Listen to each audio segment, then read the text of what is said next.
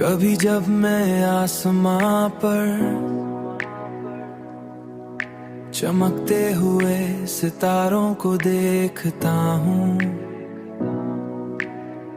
तो यूं लगता है जैसे हर सितारा किसी बिछड़ी हुई कहानी का गवाह हो। और इन कहानियों में कहानी हमारी भी हो जो शायद कभी मुकम्मल ना हो सकी। मैंने वक्त के दरिया में अपने कई ख्वाब बहते देखे हैं, मगर हैरत की बात यह है कि उम्मीद का एक नन्हा सा चिराग अब भी मेरे दिल में जल रहा है, जो हर अंधेरी रात में मुझे जीने का हौसला देता है, जीने का हौसला देता है।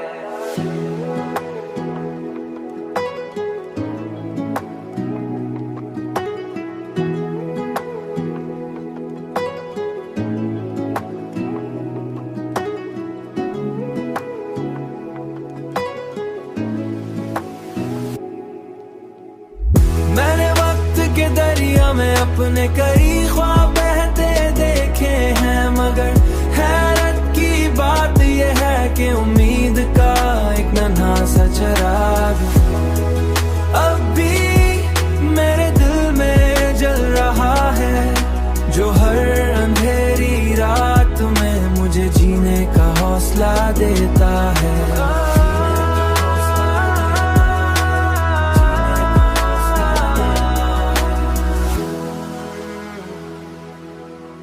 जीने का हौसला देता है, उम्मीद का एक नन्हा सा चिराग।